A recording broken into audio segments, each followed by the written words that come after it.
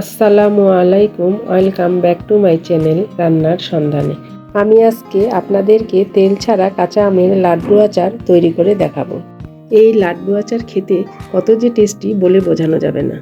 এখানে আমি 4টি আম নিয়েছি। আমগুলো পরিষ্কার করে ধুয়ে নিয়েছি। এখন আমগুলো পিলারের সাহায্যে খোসা ছাড়িয়ে নেব। আপনারা চাইলে বটি বা ছুরির সাহায্যেও এই কাজটা করে নিতে পারেন। এইভাবে আমি সবগুলো আম খোসা ছাড়িয়ে নেব। সবগুলো আম খোসা ছাড়িয়ে নেওয়ার পর এখন একটা গ্রেটারের সাহায্যে আমগুলো গ্রেট করে নিতে হবে। গ্রেটারের বড় ছিদ্রটা দিয়ে গ্রেট করে নিতে হবে। এইভাবে আমি সবগুলো আম গ্রেটারে গ্রেট করে নেব। আপনারা চাইলে বটি বা ছুরির সাহায্যেও এরকম ঝিরঝির করে কেটে নিতে পারেন। আমার সবগুলো আম গ্রেট করে নেওয়া হয়ে গেল। এখন বাটিতে ঢেলে নিচ্ছি। এইভাবে গ্রেটারে গ্রেট করে নিলে কেটে নেওয়ার আর কোনো ঝামেলাই থাকে না। এবার দিয়ে দিচ্ছি 1 চা চামচ লবণ। এখন হাত দিয়ে ভালোভাবে মেখে নিতে হবে। মেখে নেওয়ার পর আমি এখানে ঢাকনা দিয়ে দিব 30 মিনিটের জন্য। এদিকে আমি আচারের মশলাটা তৈরি করে নিব। চুলায় প্যান বসিয়ে দিচ্ছি 4টি শুকনো মরিচ। মরিচগুলো একটু নেড়ে চেড়ে দিতে হবে।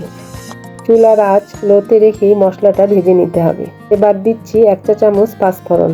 এবার পাঁচফোড়ন নেড়ে চেড়ে হালকা করে ভেজে নিব। যখন মশলা থেকে সুঘ্রাণ বের হবে তখনই নামিয়ে ফেলতে হবে। তারপর ব্লেন্ডারে ব্লেন্ড করে নিব।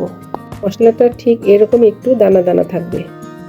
30 মিনিট পর ঢাকনা তুলে আমগুলো এখন হাত দিয়ে চিপে চিপে রসটা বের করে দিতে হবে।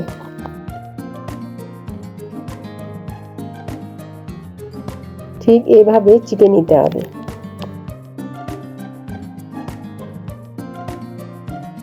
আমগুলো চিপে নেওয়ার পর দেখেন কতগুলো পানি বের হয়েছে। এবার প্যানে আমগুলো ঢেলে দিচ্ছি। এ সময় চুলার আঁচ মিডিয়ামে রেখে আমি আচারটা তৈরি করব। এখন দিয়ে দিচ্ছি 1 কাপ চিনি আর দিচ্ছি 2টি সাদা এলাচ। এখন নেড়ে চেড়ে আমের সঙ্গে চিনি মিশিয়ে নিতে হবে। আমি কিন্তু আচারে কোনো তেল ব্যবহার করব না। চিনি আর সামান্য মশলা দিয়ে আমি আচারটা তৈরি করে নেব। কিছুক্ষণ পর আমি আবারও নেড়ে চেড়ে দিচ্ছি।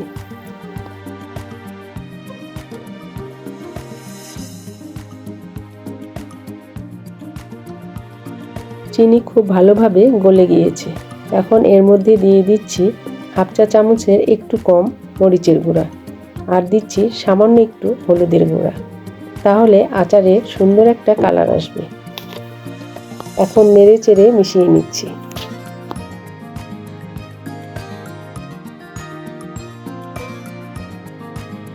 এখানে আমি 2 চা চামচ ভিনেগার দিয়ে দিচ্ছি। তাহলে আচারটা অনেকদিন পর্যন্ত ভালো থাকবে। এখন নেড়ে চেড়ে আবারও মিশিয়ে নিচ্ছি। আমি যে আচারের মশলাটা তৈরি করে রেখেছিলাম সেখান থেকে আমি 1 চা চামচ মশলা দিয়ে দিচ্ছি। এখন মশলাটা নেড়ে চেড়ে মিশিয়ে নিচ্ছি।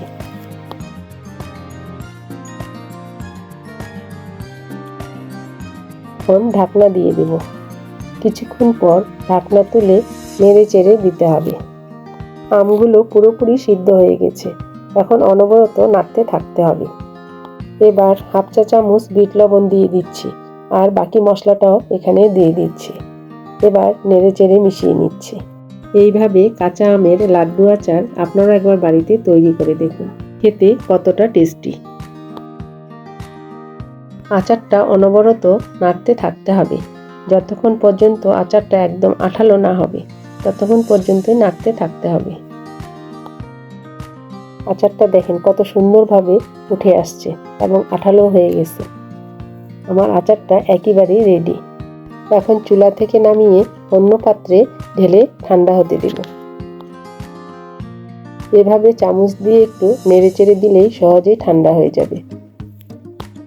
আচারটা ঠান্ডা হয়ে গেলে হাতের মধ্যে একটু সরিষার তেল নিয়ে হাতে মাখিয়ে নেব। তারপর ওখান থেকে সামান্য আচার নিয়ে লাড্ডু তৈরি করে নিব। আশা করছি আজকের রেসিপি আপনাদের কাছে ভালো লাগবে। রেসিপি ভালো লাগলে অবশ্যই চ্যানেলটি সাবস্ক্রাইব করবেন এবং পাশে থাকা বেল আইকন অবশ্যই প্রেস করবেন। এভাবে আমি সবগুলো লাড্ডু তৈরি করে নিব। আমি আরও একটা লাড্ডু তৈরি করে দেখাচ্ছি। ঠিক এইভাবে একটু হাতে নিয়ে হাতে চিপে চিপে তারপর গোল করে নিতে হবে। আজকের রেসিপি আপনাদের কাছে কেমন লেগেছে অবশ্যই কমেন্ট করে জানাবেন। আমার সবগুলো লাড্ডু বানিয়ে নেওয়া হয়ে গেল। আজকের মতো এখানে বিদায় নিচ্ছি। আল্লাহ হাফেজ।